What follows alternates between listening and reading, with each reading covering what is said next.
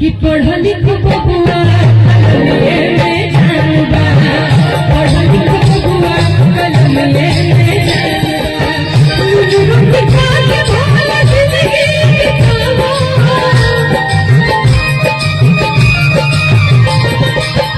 अपने में पढ़ला के बचपन के पढ़वा,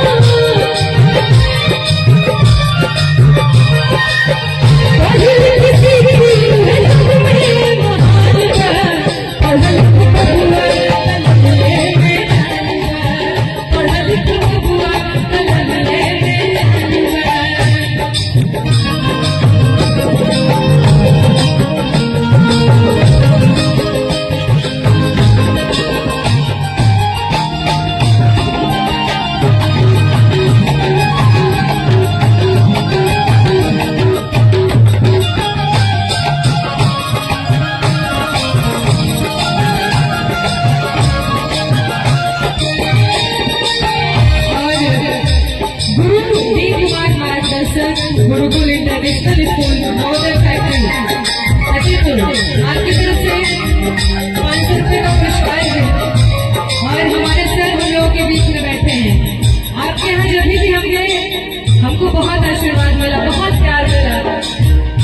और क्या बात है, घायल भोजपुरी की तरफ से 500 रुपये का पुरस्कार है। यूट्यूब चैनल घायल भोजपुरी की तरफ से बहुत बहुत धन्यवाद।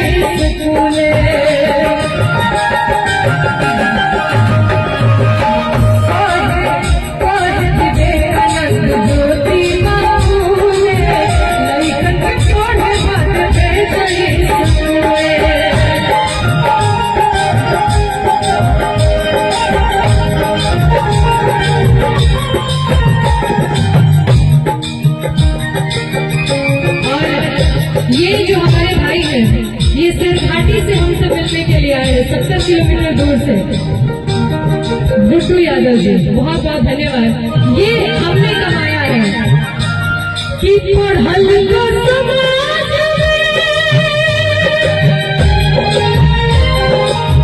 पढ़ल को समाज में अलग पहचानना, पढ़ल को समाज में अलग पहचानना। देखिए रुक एक चीज, अगर आप पढ़े लिखे हैं, बिना कहे लोग कुर्सियां छोड़ के हट जाते हैं, है ना, कि भाई कोई विद्वान आया है, चाहे कोई भी हो। इस अगर मैं कहूँ कि देश का प्राइम मिनिस्टर या कोई राजा महाराजा, हर कोई आपके सामने आपको झुक के प्रणाम करता है, नमस्कार करता है, अगर आप पढ़े लिखे इंसान हैं तो।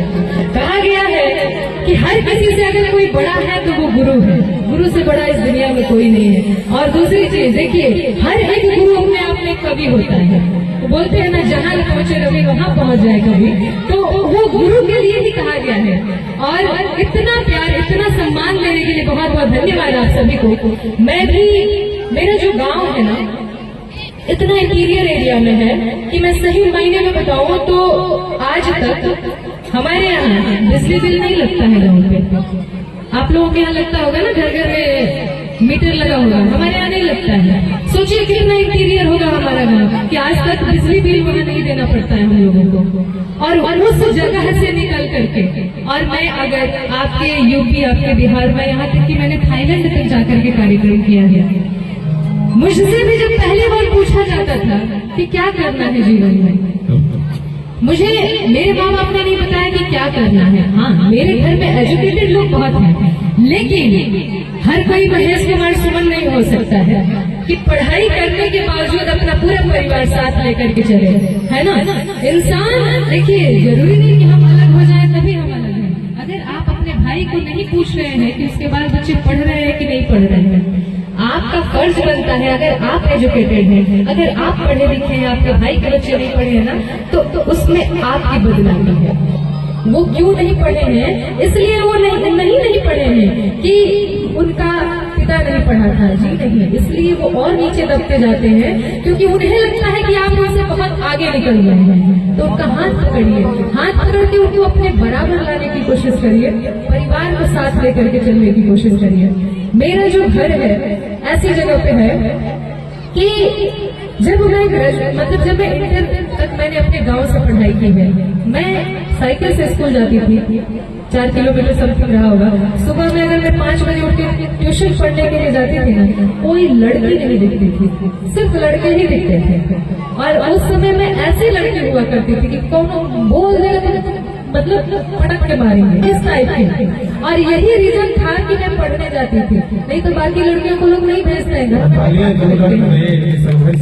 और मैं बता दूं कि मैं अपने गांव की मैं 5 गांव की बात करती हूँ। मैं पहली लड़की हूँ जिसने बाहर रह करके पढ़ाई की, चाहे वो बीएससी हो, एमएससी हो, मैंने सब कुछ बाहर रह के पढ़ा और अपने पिताजी के दम पे, अपने खुद के दम पे। मेरे बड़े पिताजी इंजीनियर हैं। उन्होंने बोला, बेटा तुम गांव में पढ़ते हो, आर्ट्स ले लो, साइंस तुम्हारे बस का नहीं है। फिर मेरी जिद हो गई, मैं बहुत जिद्दी हुई कि पढ़ना तो साइंस है। और मैंने बायोटेक्नोलॉजी से एमएससी किया। और जब मैंने किया उस समय में पूरे यूपी में सिर्फ 2 कॉलेज थे बायोटेक्नोलॉजी के, एक था बनस्थली यूनिवर्सिटी और एक था फैजाबाद यूनिवर्सिटी। तो फैजाबाद यूनिवर्सिटी में मेरा सिलेक्शन हुआ, मेरा 12वां रैंक था वहाँ पे, मुझे नहीं मालूम था।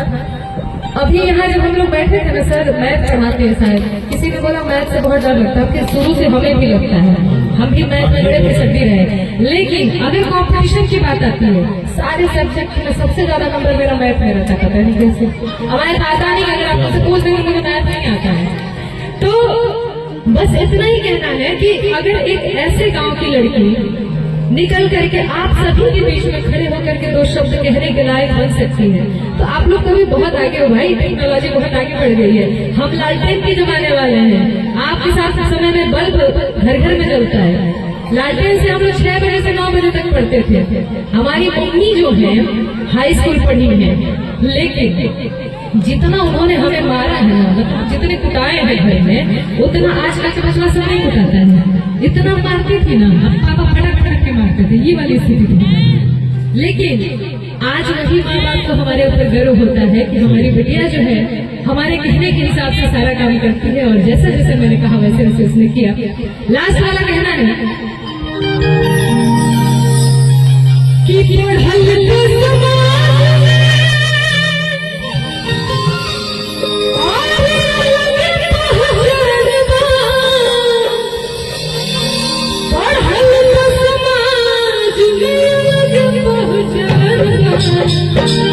लास्ट वाला ताली बजा के एकदम कि पढ़ा लिखा बबुआ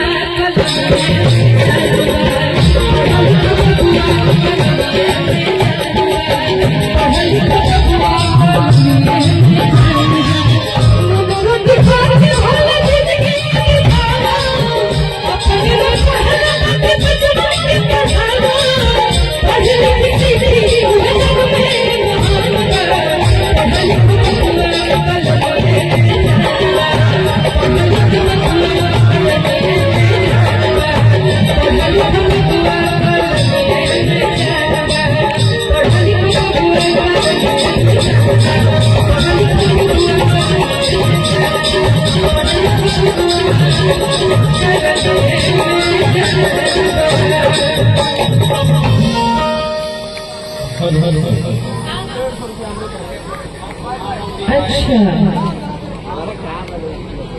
हाँ रमाशंकर भैया इनकी भी कहानी मैं बता दूं। हम लोग आपके यहाँ से जब आ रहे थे शिक्षा